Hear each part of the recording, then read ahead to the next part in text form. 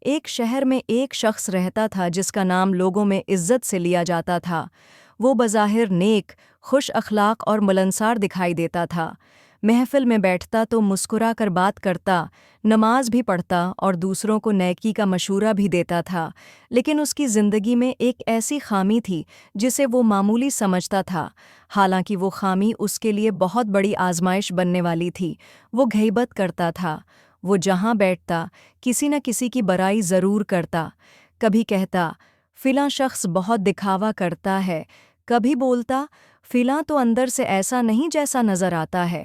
اگر کوئی اسے ٹوکتا تو وہ ہنس کر کہتا میں کون سا جھوٹ بول رہا ہوں، سچ ہی تو بتا رہا ہوں۔ وقت گزرتا گیا اور اس کی یہ عادت مضبوط ہوتی چلی گئی۔ دفتر میں، دوستوں میں، حتیٰ کہ رشتہ داروں کے درمیان بھی وہ لوگوں کی باتیں ادھر ادھر پہنچانے لگا۔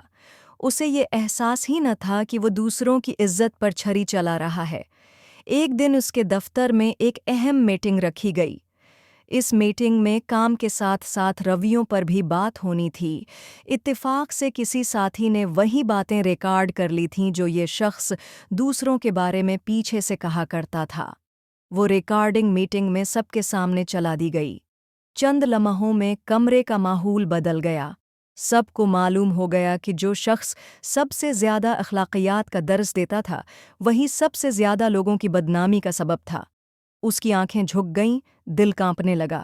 وہ بولنا چاہتا تھا مگر الفاظ ساتھ نہ دے سکے۔ اس دن کے بعد دفتر میں اس پر کوئی بھروسہ نہ کرتا۔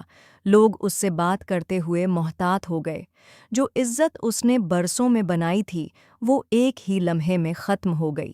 گھر آ کر وہ دیر تک سوچتا رہا۔ اسے نبی کریم کا فرمان یاد آیا کہ غیبت کرنا اپنے مردہ بھائی کا گوشت کھانے کے برابر ہے۔ اس کی آنکھوں سے آنسو بہنے لگے۔ اسے احساس ہوا کہ جو زبان دوسروں کی عزت کھاتی ہے، وہ ایک دن اپنی عزت بھی کھو دیتی ہے۔